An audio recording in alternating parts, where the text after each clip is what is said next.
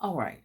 Limiting beliefs, toxic thoughts, imposter syndrome. Are you as sick of it as I am? I'm sure you are.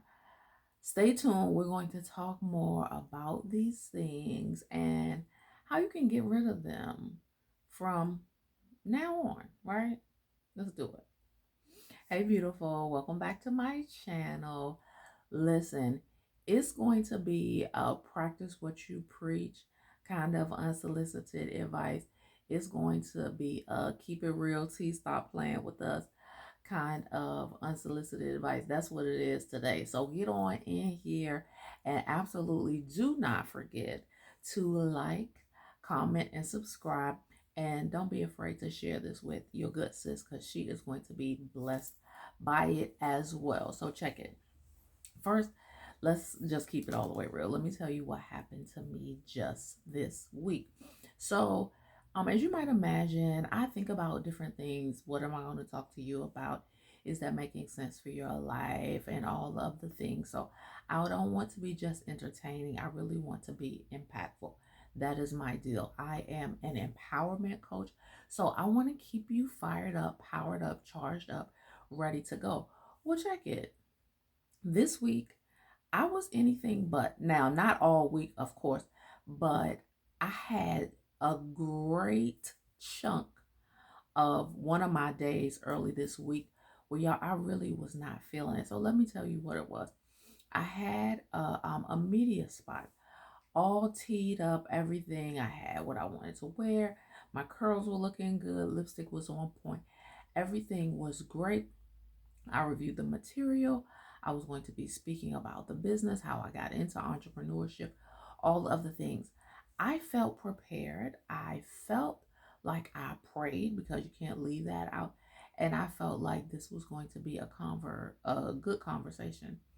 Well, y'all, and let me just say this. To look at the interviewer's face and his reaction by him, this being his first time hearing me tell my story in the way that I did, it was a jaw dropping moment for him to hear me talk about 26 days in a hospital, in a coma 3 times, and my come to Jesus moment literally being when I had to think about what was I really leaving my babies. Y'all, and of course, I went off on a tangent as I always do when I'm talking about that.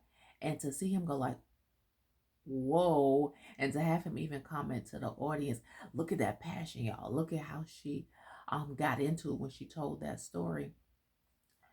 That was encouraging from him, but it was a fleeting moment. And the moment that overwhelmed what was encouraging and should have been exciting for me was, oh my God, did you actually answer the question that he asked? Were you clear?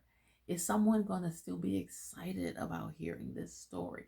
Are people going to follow you and want to hear more?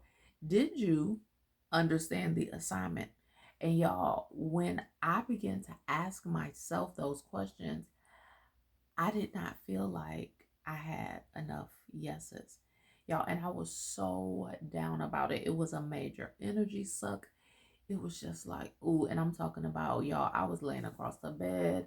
I wasn't even to the point where I wanted to like eat something sweet, gorge on the junk food. I was just like out of it. I just did not feel good. I felt completely yucky.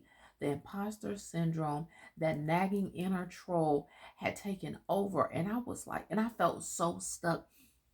And so I tried to shift myself and talk to the Lord. I'm like, God, I don't like this. And when I was saying I don't like this, I said to him also, come on, because we keeping it real. I said to him, why would you let me get on that platform and talk like that? Like, I prayed. We went over stuff. And I didn't show up how I wanted to show up. And I'll be honest, God didn't say much. He was kind of like, girl, please. He was kind of like, get over it. And I didn't like that. So reached out to my God mom. She, of course, directed me back to praise and worship. Why I continue to, I don't want to say forget, but forget that, I don't know. I know that music does something special for me. So why that's not my second nature response more, I don't know. So lesson number one, don't forget what works. Don't forget what works. If you know that getting down and praying pulls you out of that yucky place, get down and pray.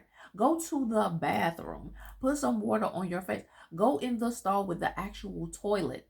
You don't have to pray out loud, but if you don't care, like I don't, pray out loud. Take the moment, call on Him, do whatever you need to do. If it's music, get into that praise and worship. Pop the earbuds in if you are in public. Turn it up loud if you are in private. Get in there, soak and shift, y'all, because I'm telling you, out it was several moments. And even myself, I'm like, you still feel like this? You still haven't recovered? And I just kept going over my head. He asked you this, but you said this. He asked you this, but you said this. And I mean, y'all, for several hours, I beat myself up. And I couldn't believe, it was almost like an out of body experience. I couldn't believe that I was feeling like that. And I couldn't believe that I was treating myself like that. But I couldn't see my way clear of it. I was like, this has to pass. This has to pass. This has to pass. And it wasn't until my godmother sent me a playlist with some worship, some prayer, some praise. So it started off with a warrior prayer, and then it went into a worship, and then it went into some praise. And that's exactly the path that I needed. And it pulled me out. And I said, okay, God, this is a lift. I said, you know what? This is an unreal battle. I am being harder on myself. No matter what, someone got some clarity from this. No matter what, someone got some deliverance from this because you were authentic, Artisha. You were authentic in telling your story. So I had to pull it back and get into that space. So I pray that you are hearing what I'm saying. I pray that you see yourself in that scene, that you say, yeah, man, I had a speaking engagement. I was supposed to do something for my kids. I was supposed to do something for my man. And I was so down on myself too. I was kicking myself. I was being an emotional cutter, just running through everything that I did wrong. And so don't forget what works. Do what works. If it's prayer, if it's praise, if it's literally calling somebody, if it's saying, hey, tell me something good, if it's watching something funny, whatever your thing is, if it is getting you a frosty beverage, whatever it is, do what you need to do to shift and do it what? Quickly. Don't forget. And so now I want to talk about how we reframe limiting belief. So that was very specific what I went through. I didn't show up my best, in my opinion, at the time in that instance. And so the imposter showed up and it was kind of crazy. But sometimes limiting beliefs can just infiltrate. And so I'm going to look on my notes here and I want to give us some specific ways to reframe when these thoughts come through. So make sure that you save this, make sure that you take some notes, and make sure that you share it with someone. Okay. So, for instance, if someone offers you an opportunity or they say, have you ever tried? Instead of saying, I can't do that, tell yourself, I can do that. Let me break it down into smaller steps. And if I take them one at a time, I can do it. And then I'll celebrate each step. Okay. Same thing. If it's like, I can't say that. Okay. You may have a speaking engagement. You may have an opportunity to chat with someone. He's like, I can't say that. I need to say what needs to be said. This is how you reframe it. I need to say what needs to be said. How can I say it in a way that others can hear me? Listen, even if you're talking about your business, your book, or your brand, I need to say it. I need to put myself out there. So, how can I say it that others will be able to understand? When you ask yourself healthy, thought provoking questions, that's a good way to reframe. Another one, you may say, I feel powerless. It's nothing I can do about that. Instead, ask yourself, what can I control? What can I influence? What is out of my control and therefore not even worth worrying about? I can do whatever I put my mind to. So the things that are in your control, put your mind to them and get them done. Um, let me do these two and then I will get out of your way for today. Okay, we'll conclude. One, I'm unattractive. I'm unattractive. Listen, sometimes you might be having a bad hair day. Your wig is not on straight. The makeup is not clicking right. It's just not. You might have a blemish. You might have a bloated day, and it's just like, oh gosh, I'm unattractive. I feel ugly.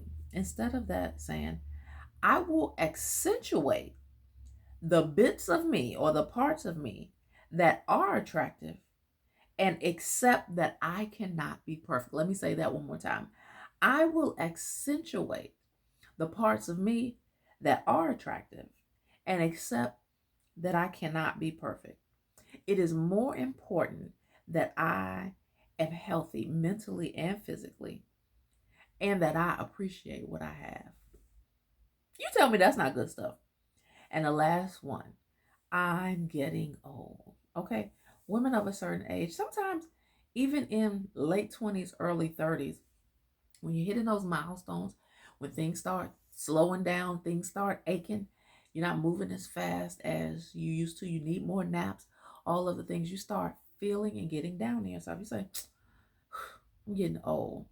Well, instead of saying that, say this: I am growing in valuable wisdom and experience every day. I am growing in valuable wisdom and experience every day. And so I pray that you take a lesson from my turmoil that I experienced just this week. Not anything that I made up or scripted out, but real talk of what I went through this week. And that if you are going through anything even remotely similar, if you are having some of those toxic or unhealthy thoughts that I share, if you're having that kind of negative self talk of the things that I just quoted out for you, then remember there's a way to reframe it. Remember there's a way to ask yourself the question, to encourage yourself, and to dig in what you do have and what you can do. And to always, always, always practice gratitude while doing it. Will you do that for me? Yes. I'm excited that you hung around to listen to these nuggets on today. Y'all do know that I'm cheering for you. I believe there's greatness in you. You just got to get it out. Until next time, holla.